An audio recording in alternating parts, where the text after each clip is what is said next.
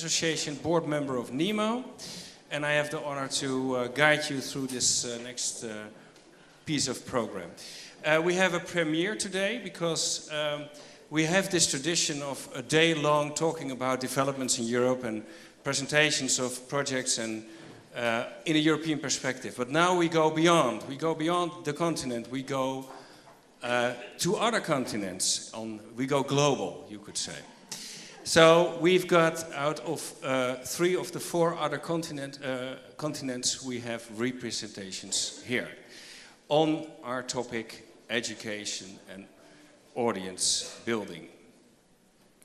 We have from North America, from South America, and from Asia. And of course, the first question is, will it differ? Will it differ doing educational activities in Asia, or will it differ to work on audiences in South America? Well, what's the difference? The people are different, maybe. The collections are different. Just look at collections. In Europe, we tend to call the collections the core of our institutions. We declare them sacred. We place them in good positions and bring good light on them. And we give information about the works, and we let people come in, and then we say, this is this and that. And then we say, we are educating the people. While in Asia or in South America, the collection tend to have a more modest position, more like a material to use for telling stories about communities, be it pre- or post-colonial communities. And education seems to be more a dialogue between these communities and the museums. So the people differ, and also the way museums tend to let people relate to museums and let them influence them. Whether this is true or not is just a proposition I'm giving you, but we are here in the possibility to see whether this is true, because we have presentations from 3 other continents. And we'll start in the North American perspective. We have with us from the Alliance, the American Alliance of Museums, Mrs. Madeline Vadkerty, a senior program manager of global activities. Vadkerty, I am told, is Slovak for wild garden.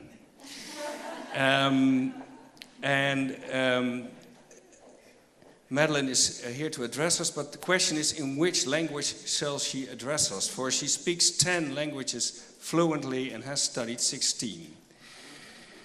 So, Madeline, Nozem vas prozvat? Please, your attention for Madeline Vadkerty.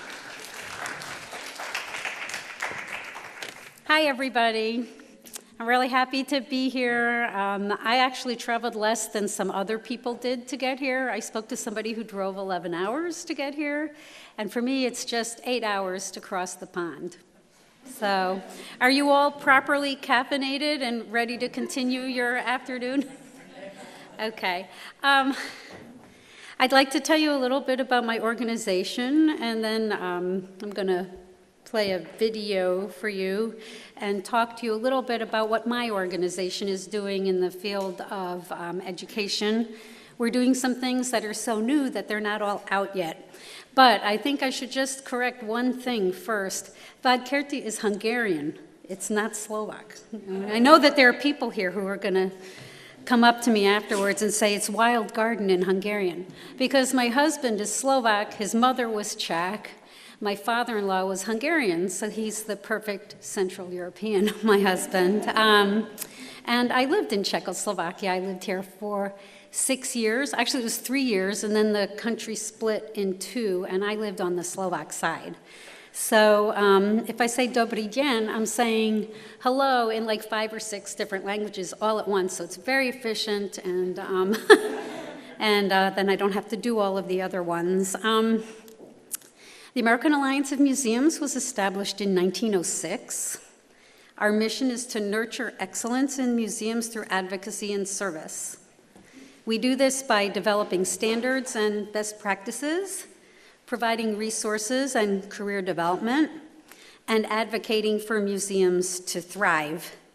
We have 26,000 individual members and 4,000 institutional members, museum level members.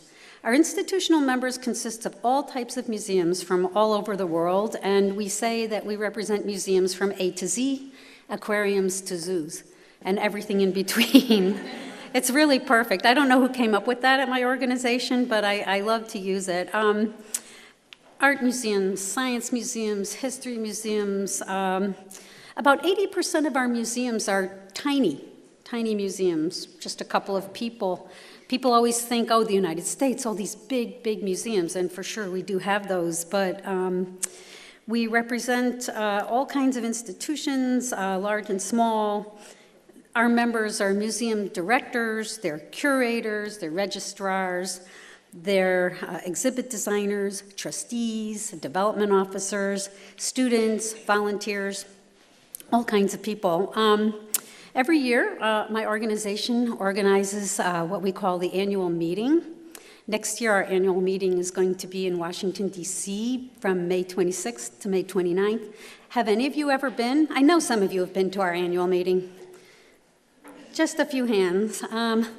Well, we would love to see you there. We have about 150 different sessions on just about every topic that's of interest to museum professionals. I think that we get between 5,000 and 7,000 people, and it's all arranged by a group of 4 people. And I don't know how they do that, but they do. Last year we had people come from 60 plus countries, and we have other activities. We advocate for museums vis-a-vis policymakers, the press, and the public, and I'll be talking more about that in the workshop that I'm doing tomorrow. We have the Center for the Future of Museums, where we analyze the forces that are out there shaping the future of museums. We have what we call excellence programming, which is around ethical guidelines, standards, best practices that inform museum operations. We carry out international activities. That's the part of AAM that I work for. And we are also carrying out work in what we call K through 12 education. K through 12 means kindergarten through 12th grade, which for us is roughly from the age of 4 or 5 until about 18 years old, as our youth make their way through the educational system. If you want to learn more about my organization, it's www.aamus-us.org, and you can learn about our initiatives and what I'm going to be talking about in greater detail, because there's no way to cover this subject in such a short period of time. So that brings me to the topic that I've been tasked with talking to you about today. I thought that we would show a video to just kind of lighten things up and get you thinking about audience engagement. Okay, so here's... The gardens outside the Fionnuala Croke Museum of Art are cared for around the clock and run by Melinda McMillan. So it's everything from the blades of grass to the flowers, the trees. And these two, the garden cats. Acer and Gorilla are full-time white-collar workers. So while they may cause a little drama, sleep on the job, take a lot of water breaks, or even baths. Their job is to mouse and hunt. Their pay is full veterinary care, food, water, Christmas stockings, you name it. Call it a pet peeve, but Melinda wanted to know what these cats do with all this land when she's not around. So they bought these tiny little cameras to put on the cat's collar just for fun. Little did she know it would put the Fionnuala Croke in a whole new category. This simple footage becomes a social media cat's meow, catapulting the museum from a place for Picasso to a venue for voyeurs. Facebook fans went from 2,000 to tens of thousands. A blog about the cats was named Best of the Year, but seeing the pounce or go to Pilates class, not to sound catty, video can be boring. Manager Jeff Martin says the cameras are a success because they get people talking about the Fionnuala Croke and hopefully in the door. Our job now is to say, here's what else we have to offer. Because although there are 23 acres for the cats to roam, they've never left the grounds, a reflection of of this museum's special appeal. Okay, thank you. To go from 2,000 Facebook page followers to 27,000 Facebook followers, I think is quite a feat. And in order to do that, they had to engage in a whole series of activities that create like what I would call a constellation where that kind of thing can happen. And in the case of the Philbrook, they decided to, they created a place where their employees felt like they could be really creative and throw out any crazy idea that they may have. I mean, I'm not a cat lover. I'm a dog person, but I love that. That's kind of interesting, no? So, okay, so I'm going to digress. When people talk to me, they wonder if I'm going somewhere with the things that I say and I do, and I am. So I thought I would talk a little bit about our educational initiative and then segue back into the audience engagement piece. AM's educational initiative is something that's relatively new. And I thought I would start with a few statistics. Americans, we love statistics. Museums in the US spend more than $2 billion a year on education activities. The typical museum devotes 3/4 of its education budget to K through 12, which is that term that I mentioned a few minutes ago. More than 55 million visits take place in US museums every year. And our museums provide more than 18 million instructional hours to students across the United States every year. A picture of a field trip, the likes of which I probably went on when I was a child. But there's something going on in the United States. There is a rising dissatisfaction with the way that our educational system is working. I don't know how much you know about that over here or how much you follow that. But we found out, some studies were conducted, we found out that US students take over 200 tests between those K through 12 years, which is an average of about 8 per year. In your countries, the average is 3 per year. And I have a son who just finished high school, and I saw how he went crazy preparing for those tests. It was all about studying so that you could take the test. It got ridiculous. It is ridiculous. So there are some people who are trying, there's some educational reformers. So we think that there are things that are happening in education, some trends that are taking place that we are studying and that we think are worth noting at the Alliance. As was mentioned in the last talk, there is a move toward more digitally mediated, I don't speak English, education. There's more of a trend toward hands-on learning and tailor-made experiences. And when it comes to experiential learning, that's what we do, right? That's what we do as museums. And we feel that museums are poised to help make this transition to a better educational system in our country. These are all the great ways that museums can help. We offer opportunities for inquiry-based learning. We give parents support as co-learners and coaches. We connect students, young people, to their communities. Culture and history, that's something that we also do as museums. We train teachers, and we're experts in immersive, experiential, self-directed, hands-on learning. It's what we do. When we say in English, I'm preaching to the choir, that means that I know that you all know this and that you do this in your day-to-day lives. This is an example of somebody getting some hands-on learning. He touched something and it made his hair stand on end. But there is a disconnect in my country, and I don't know if you experience this disconnect in your countries or not, and I hope that over the course of the next couple of days you'll talk to me and tell me whether you are, but we always seem to be being put into the position of explaining that we are fundamentally educational institutions with learning embedded in the heart of what we do. And we believe that museums should join forces. And since we're a pretty large organization, we feel like we're in a good place to be able to do that.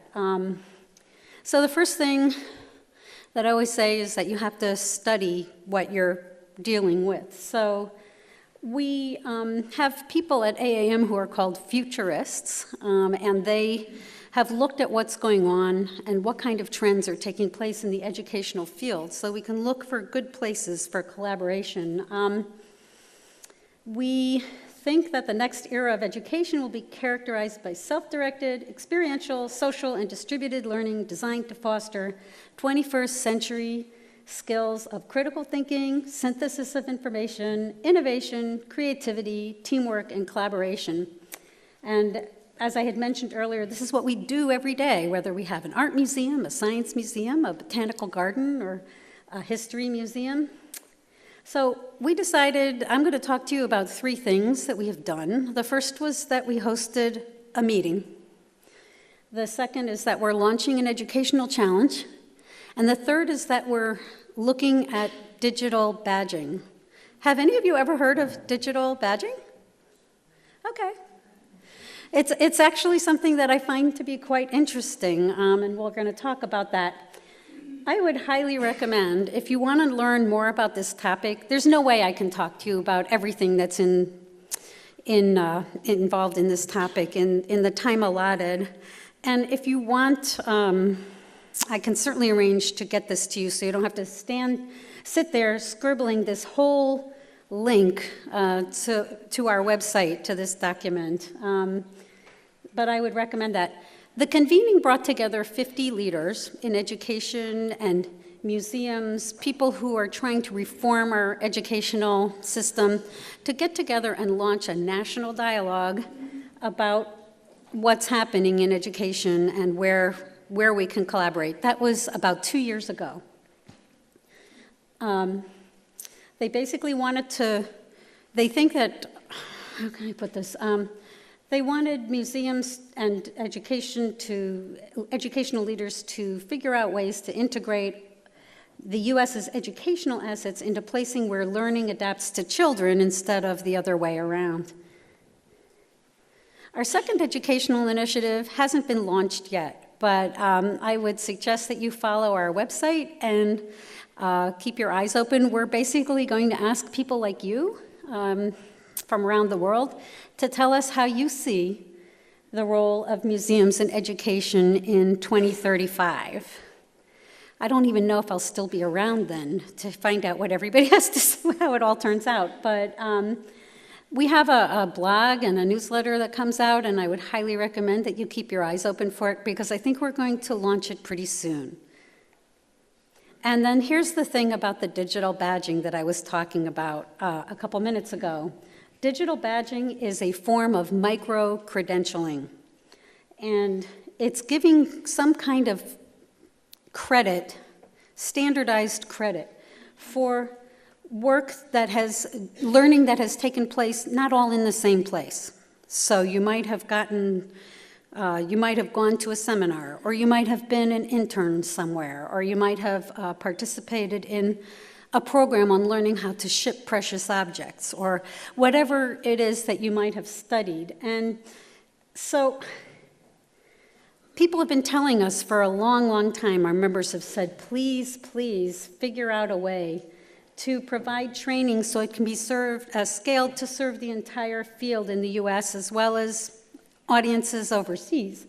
And digital badging might just do that. This is what the badges can look like.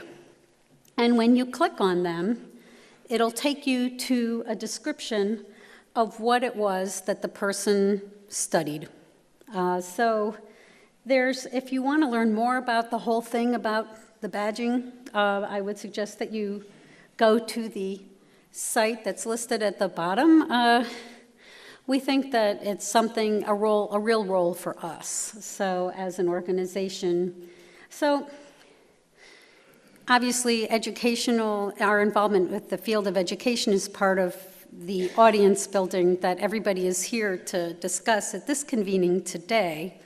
And I think that given time constraints, I'm just going to talk to you about these books. Okay, I've gotten the 3-minute warning. One is Magnetic. I have people here, I know that there are some people here who are quite familiar with Magnetic. Yes, okay, a few hands. It's a great book. It really talks about what makes museums attract audiences. They analyzed, the two authors, Anne Bergeron and Beth Tuttle, looked at 6 museums, and they identified 6 key things that they did in order to be attractive for audiences. And I can tell you that none of those things are the simplest of things. There are some things that, it's complicated. Building audience participation is complicated. There's no magic formula, but they come pretty close. They come pretty close. The book is great. And then the other would be, and I'm not going to read these to you because of time constraints. The other would be the Wallace Foundation, and I'll be happy to share this link with people.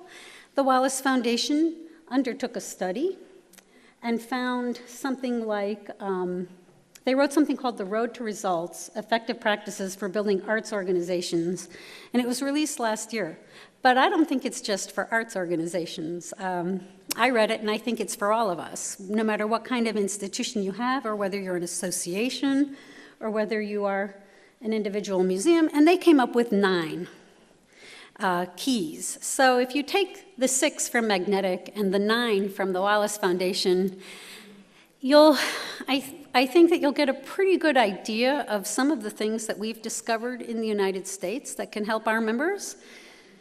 Not everything applies in other countries. Not everything can happen at your institution, but a lot of these things are not necessarily dependent on how much money you have. We know that we're all struggling for money. I mean, we were talking before at the table about how none of us are in this for the money, right? Are you? Well, I don't know what it's like for you, but it's a great study. And then this is our publication from our futurist. And it's not about the future of museums. It's about the trends that will affect museums in the future. It's available for free. You can download it off of our website. And the woman who writes this is brilliant, far more brilliant than I am.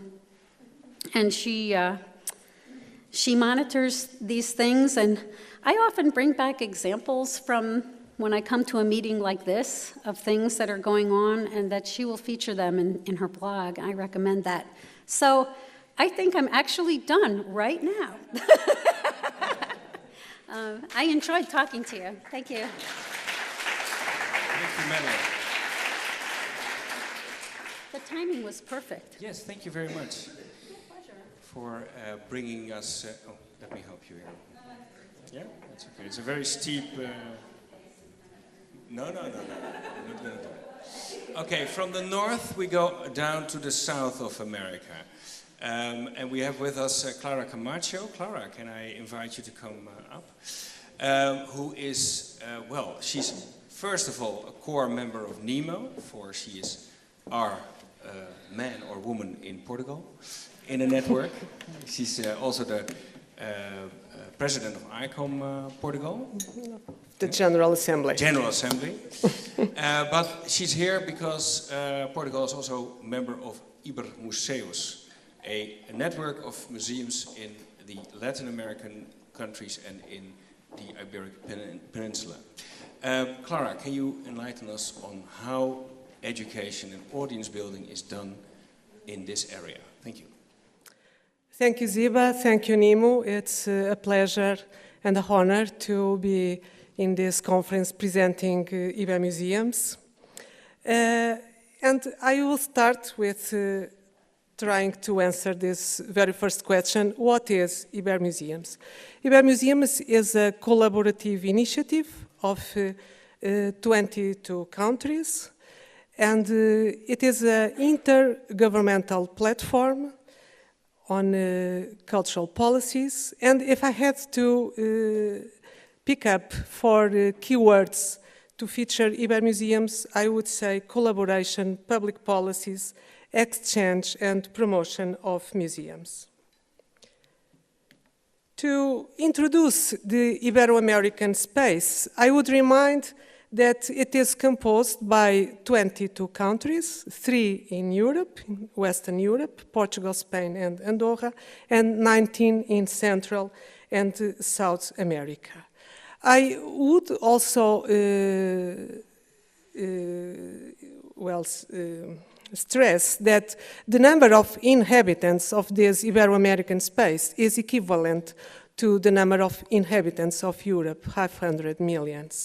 And we have about 10,000 museums and about 100 million visitors, and a number of items that is more or less what is in the slide. And now, just a very short introduction to the importance of Latin America in contemporary museology. As you know, it was in Rio de Janeiro in 1958 that UNESCO promoted the only seminar on museums, I mean UNESCO, not ICOM, on the educational function of museums. This was the regional seminar of Rio de Janeiro. It was a founding moment for education and museums. And in 1972, the Round Table of Santiago de Chile was a great inspiration for worldwide museology, and the definition of museum of ICOM that we still follow nowadays was inspired in the Museu Integral discussed in the Round Table of Santiago de Chile. It is very interesting because in 1972 in Santiago de Chile, this meeting was not a museum people's meeting. There was Hugues de Varine from France, from Europe, but the other representatives of the different countries, they were economists, anthropologists, historians, a wide variety of people. And in 2007, the declaration of the city of Salvador, I brought some pamphlets, they are in the reception, and this is when Ibermuseums is going to be born in 2007. And finally, 3 years ago, Brazil proposed to UNESCO a recommendation on the protection of museums and collections, and we are very happy that this final text, the recommendation, will be approved by the General Assembly of UNESCO, I think next week in November. So when did Ibermuseum start? That's a meeting of these 22 countries of Central America, Southern America, and Europe in 2007. And it started, as I told you, as an intergovernmental initiative having 4 main goals: the protection of cultural heritage, the empowerment of museums, the value of museums' mission, and also to reaffirm education capacity as a value for social development. The mission of Ibermuseus program is to foster integration, consolidation, modernization, and institutional development of Ibero-American museums. This initiative is also connected to a larger initiative on cultural public policies, which is called the Ibero-American Secretary for Public Policies, where all ministers of culture or Secretary of State for Culture have their seats. So this is all about cooperation and networks. How is it organized? There is an intergovernmental council composed by 12 countries that are the ones that contribute financially to the program. Also, the program and the initiatives are open to any of the 22 countries, even if it is a non-paying country. And an executive council of 3 countries with the presidency in Brazil until the end of 2015, and from January on, the presidency will be in Mexico. And now let me focus on the prize Education and Museums. Ibero-Museums program has 10 action lines. I'm very unhappy I cannot tell you about these important lines, like, for example, an observatory on museum statistics for museums, the training action, sustainability, which is the last action line, mobility of collections, and so on. But let's focus on education. The prize was created in 2010, and who can apply? Any museum, any school, any cultural institution or social institution from the 22 countries of this Ibero-American space. For evaluation criteria, innovation, social impact, community participation, and decentralization. And it is a process on 3 phases of evaluation. Just to give you some figures, some indicators, since 2010, 45 projects were awarded from hundreds of applications, and a total amount of $320,000 were invested in this line of action. The distribution of prizes per country is, as you can see in the slide. It is about 10 to 11, 12 countries that have been awarded. Big and small countries, the wealthiest and the poorest, but not every country, as you can see, has been active in applying and getting an award.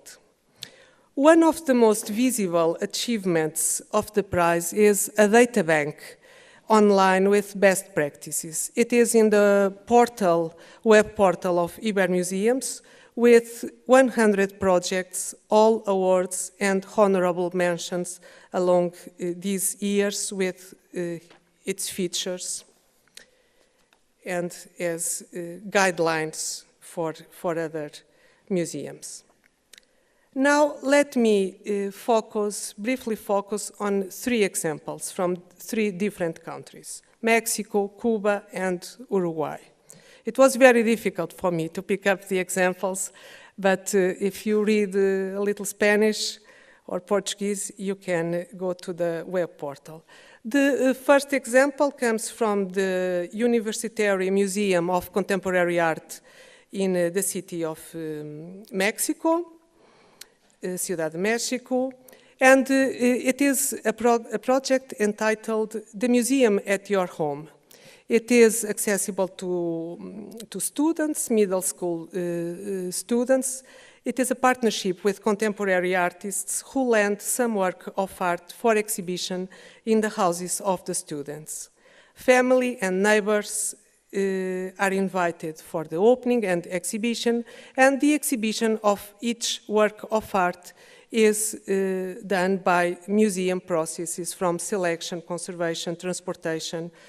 I also have interesting videos online about all this process until the opening of this micro exhibition at home. The second example comes from Cuba, from the Natural History Museum, and the target is adults with some kind of impairment, deaf or blind people, and the partnership with groups of popular education took to the involvement of these groups of adults, and a permanent program and a permanent room for these people were created in this museum, and this was the first time this happened in Cuba. And the third example comes from Uruguay, from the Pre-Hispanic and Native Art Museum, a mobile traveling museum, interactive, bringing archaeology methods to students of rural areas. In Southern America, there is a great gap between the huge capital cities and the rural areas, and this project helps on decentralization and openness of the museums. I could also mention a very interesting project in Chile dealing with the memories of Pinochet's dictatorship. In Brazil, dealing with the theme of labor and the rights of workers, but so far, let's see which are the main outcomes, the main impact of this initiative. Visibility for the museums that participate, more participation of the people involved and often their families, neighbors and communities, the purchase of equipment and hiring of staff, the adoption of learning materials and ICT. And now, which are the main weaknesses? And communication is one of the main difficulties. The limited access to ICT in some countries, I could mention, for example, Cuba, where the access to internet is very, very limited, but also others, especially the countries situated in Central America, like Nicaragua, El Salvador. Also, sometimes the focal point in each country is not so active, and the unequal distribution between the capital cities and other areas. The main achievements: fostering educational capacity, supporting museums, helping in cohesion and social inclusion, decentralization, mobility of collections. And to finish, some remarks on the specificity of Ibero-American museum landscape. First, I have to say that heterogeneity characterizes Ibero-America. Great differences among countries. For example, according to human development indicators of UNESCO, Chile and Mexico are in the same level as Portugal, but of course Cuba and Uruguay are in another level, and Nicaragua and El Salvador in another. So there are great differences, as I already mentioned, between the huge capital cities and the rural areas. Nevertheless, museums in Latin America are represented as agents of change, diffusers of democratic values, strongholds for cultural diversity, creative and critical appropriation of heritage. And my time is flying. Let me finish with a look of enjoyment and hope towards the future. Thank you. Very nice.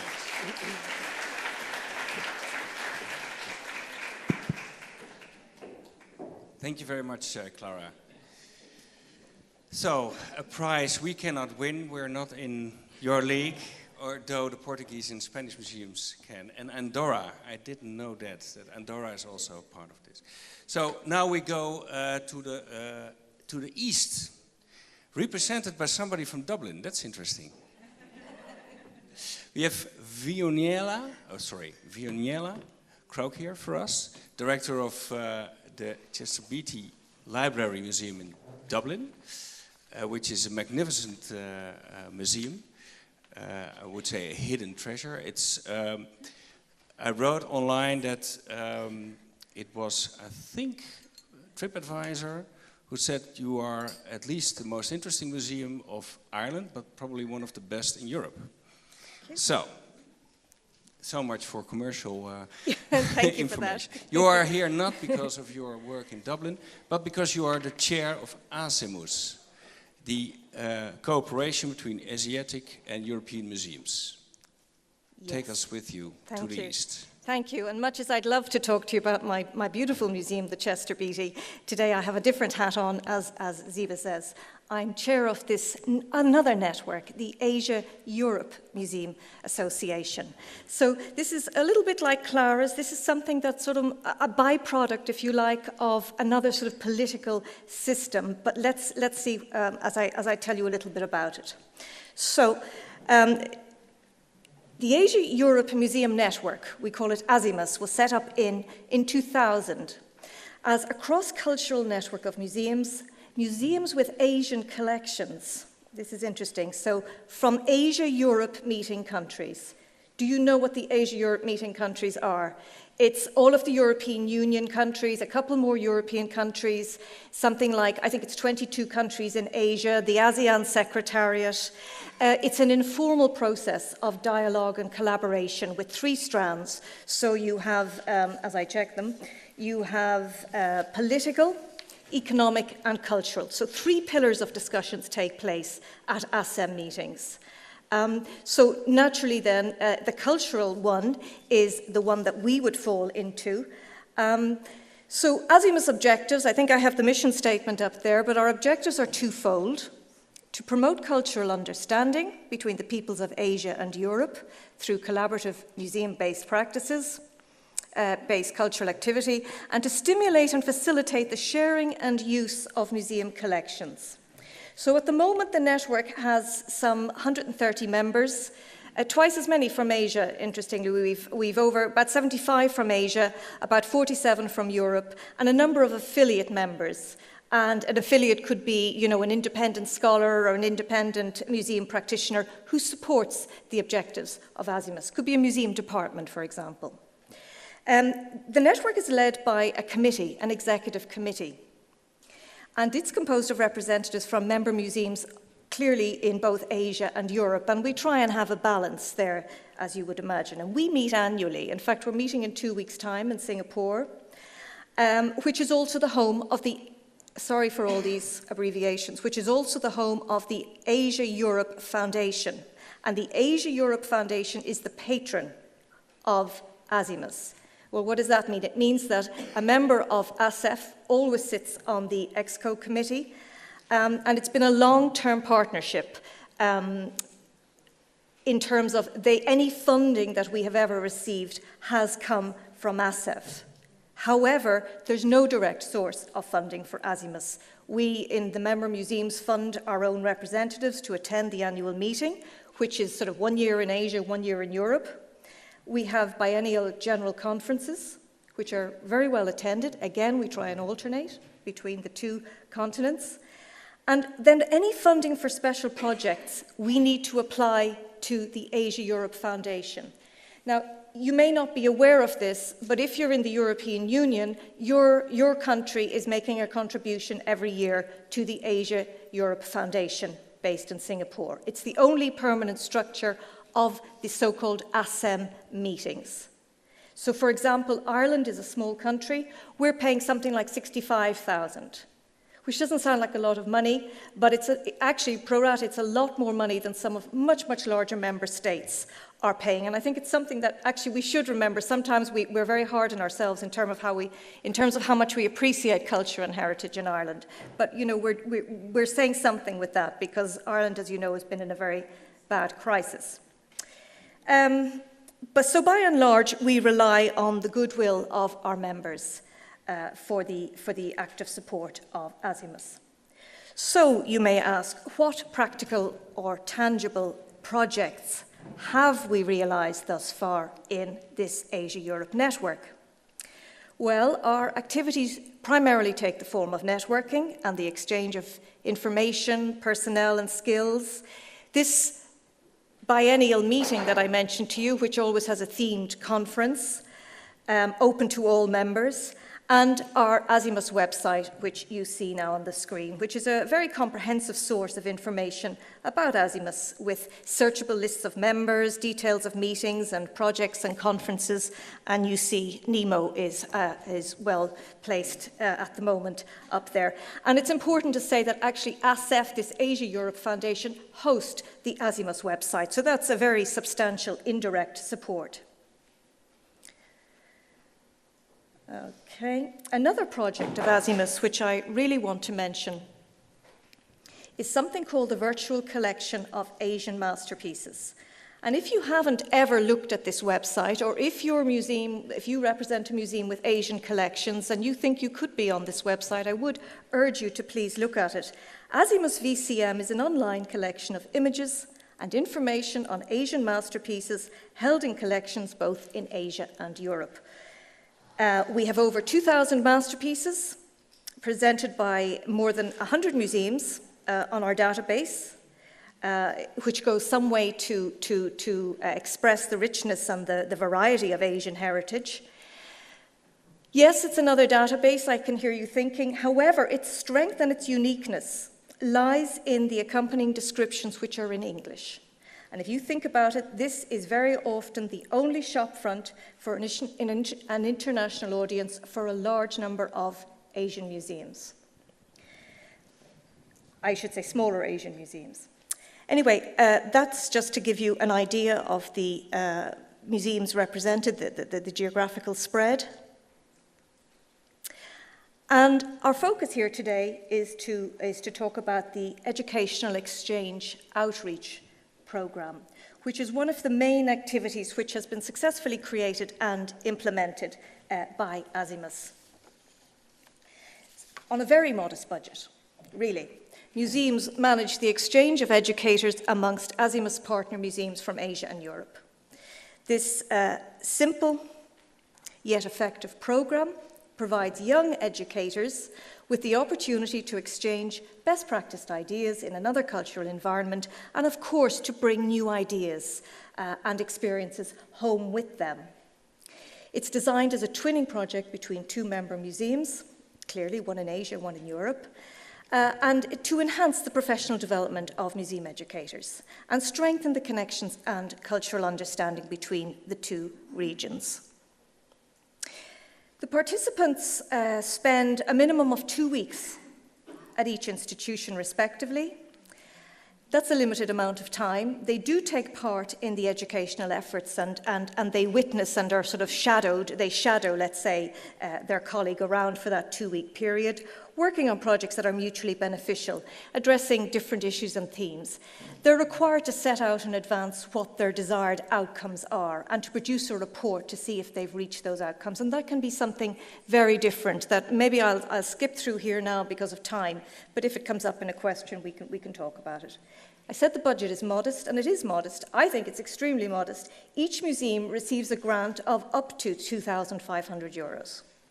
That's €5,000 per exchange, to cover all the costs of travel and accommodation and living expenses, as well as any educational materials that are used during the programme.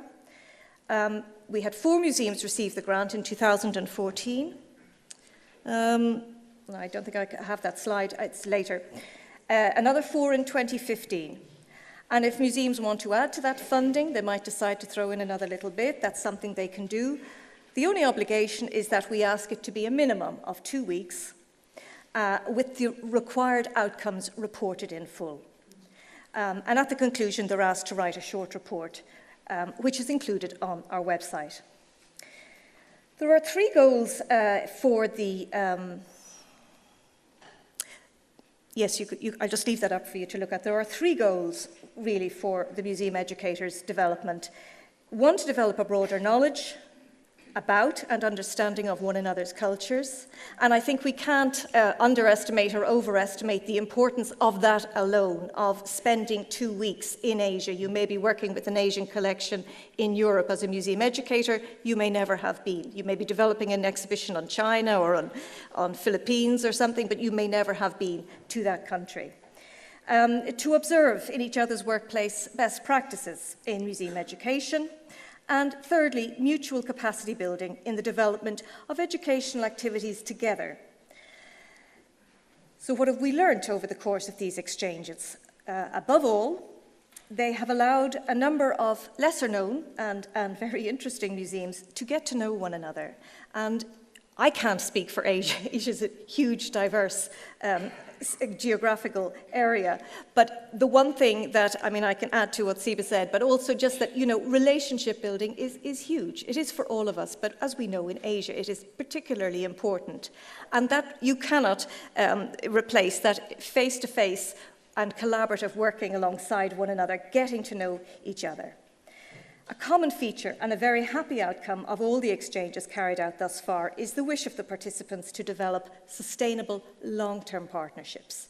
And this is something that we have seen. So we know that in its little way, these are drops in the ocean, these exchanges. We know that, but they're little drops that add up, that create some exciting projects, sometimes as a direct outcome, sometimes many years later. My own institution had an exhibition of paintings from Shanghai Museum, the first time that they had lent to Dublin, to Ireland, and it really was a 6-year development. So the programme operated, as you can see probably on that list, in 2006 to 7, 2009. Please don't ask me why the gaps, I can tell you, but you don't really want to know. Again from 2014 to 15. Now, a grant from the Asia Europe Foundation funded the programme to date. And while that happened, its success and the low administrative costs, in fact, the zero administrative costs, because 2 member museums provided the administrative support, one of them being my own, we're convinced in Azimuth that we need to find a more permanent solution to allow these exchanges to continue. Moreover, we'd actually like to expand the model to include other museum professionals. I do have a short interview. It's 2-3 minutes. Yeah, I'll stick it on because some of you will know this person, who is our wonderful head of education, who actually was the administrator working on it. So, yeah.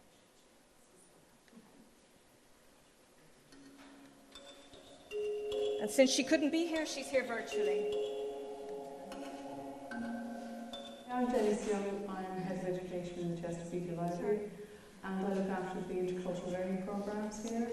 We have an important Asian, European and Islamic collections, and we engage with communities as represented in the collections. We're also a member of the Azimuth Asia Europe Museum Network, and I'm one of the coordinators of the Museum Education Programme for Azimuth.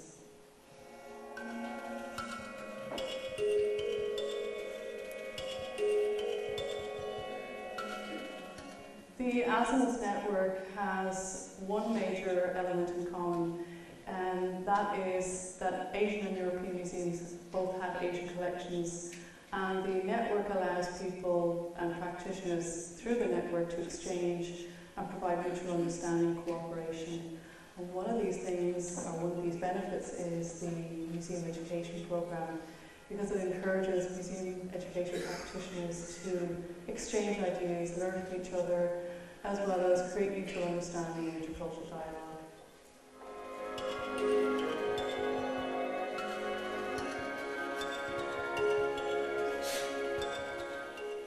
The Museum Education Programme for Azimuth members encourages practitioners to observe each other in their own museum, to find out how they work with their communities, engage these communities with their collections, but also to share best practice. It's an incredibly opportunistic moment for museum educators to take benefit of this museum education programme, because it's the first of its kind across Asia and Europe.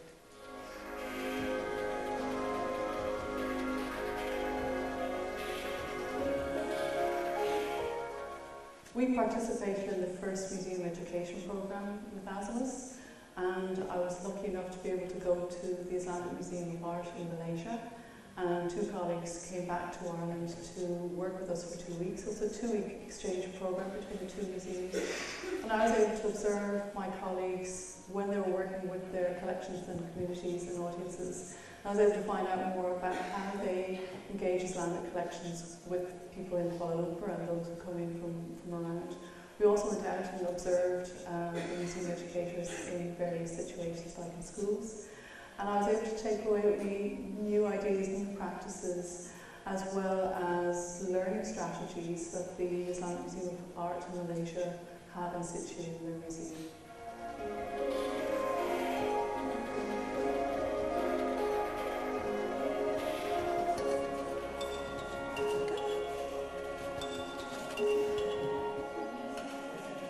That's it.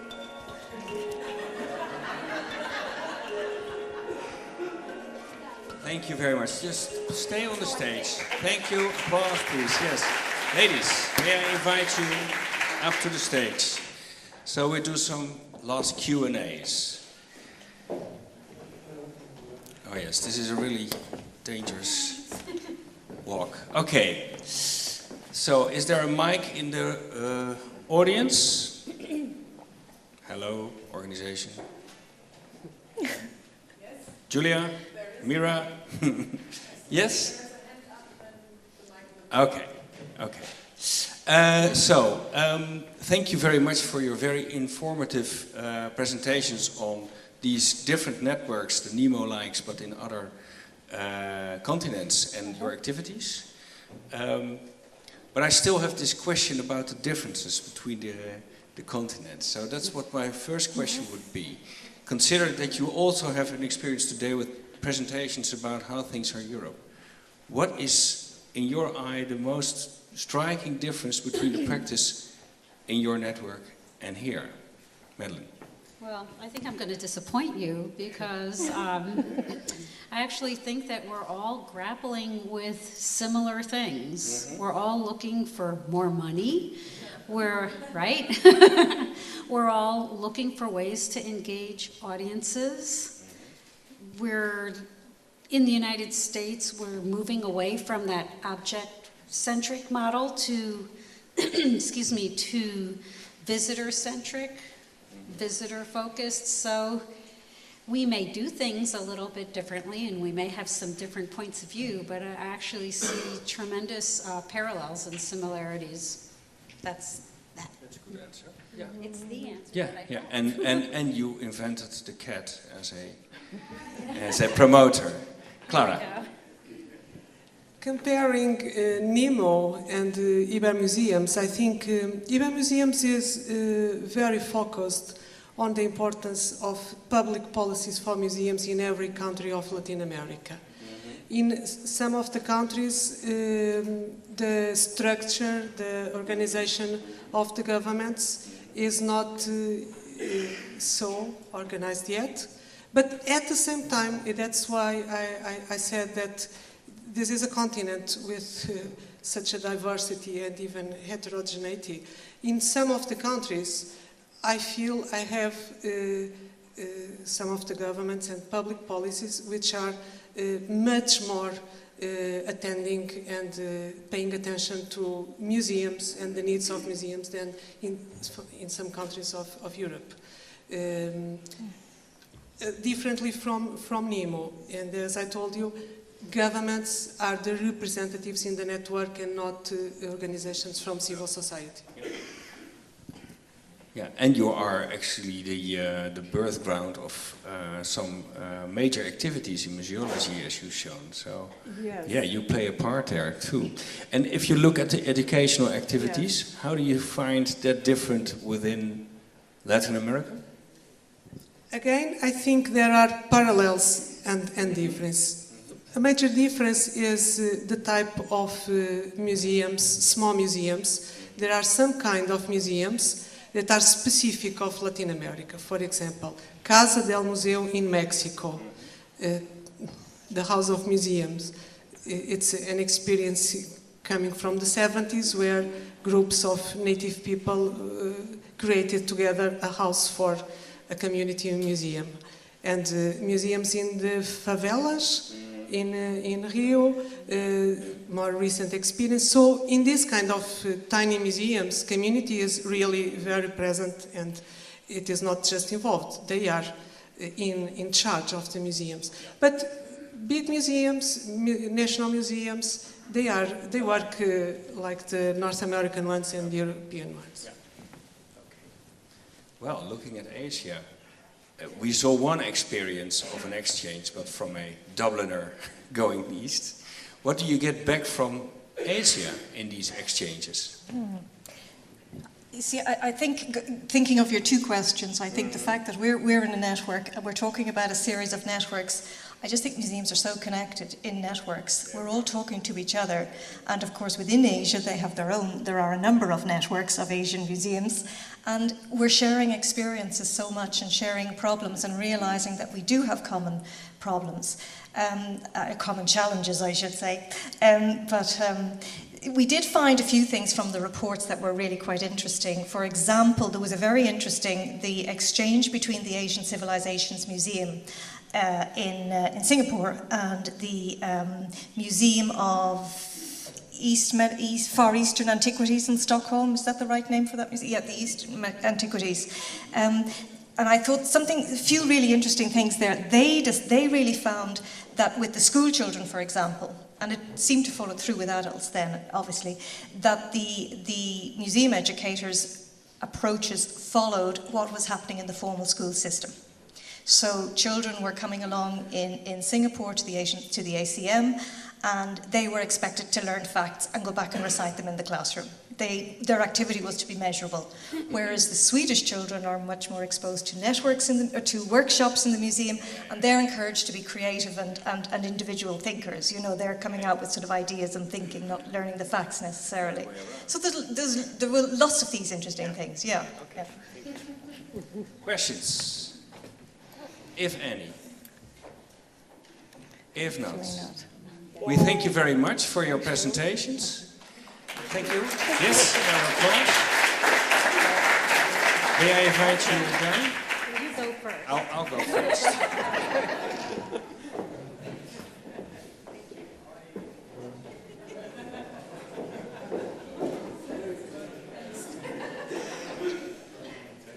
Okay, thank you very much. And now I'll give the mic to our, also a premier, our chairman, who is now a year almost in office and is chairing this meeting, David Vuillaume. So I come here because I just want to read my notes. I hope I can read my notes. My role now is to propose a conclusion of the different panels, of these two panels dedicated to museum education, before the next coffee break and before the talk between Siebe and Wim Pebers, the director of the Rijksmuseum. So I want to be brief, and I just want to share with you some thought that came to my mind during this day. Thought about the specificity of museum education, the importance of values, and the need of training. So first thought, museum actually can act as learning places and remain conservative, elitist, and excluding an important part of the population. That is possible, but we don't want it. Because for us, the educational function of a museum doesn't mean only providing information about the collection, but education museum aims to achieve different goals: inclusion, intercultural dialogue, participation, and empowerment. Though that means that we base our educational work on social values for a better civilization, or at least a better world. That is our ultimate goal, and that is important today, especially in Europe, in a time where migration, refugees, and the direct contact with the other culture bring a lot of social tensions. The presentation of the museum networks outside of Europe has shown something essential. Again, the importance of training. The training of museum professionals, and especially here the exchange of professionals between museums and the different profiles of educators as well, are very important to be able to master the different possibilities to communicate in order to respond to the need of very diverse audiences. The last word, the mission of, so I want to be brief, so just a last thought. The mission of NEMO in the educational field is to support museum being recognized by policymakers as a rich, as the open learning environment with or without barriers, and places of public engagement. So we want to ensure that the policymakers at the national and European level understand and promote the role museums play in formal and informal learning. So according to Henrik, we are not providing formal education, but we play an important role also in formal education. And we want to make other formal and non-formal and informal education bodies, for example schools, recognize museums as potential partners. So that is the role of NEMO. That is also your role in your network. If you work together and coordinate it, I think we will be able to realize our vision of museum as institution offering learning opportunities to people of all profiles, helping them understand the world and their place within it. So that was my way to wrap up this day. Thank you for your attention, and let's have a break.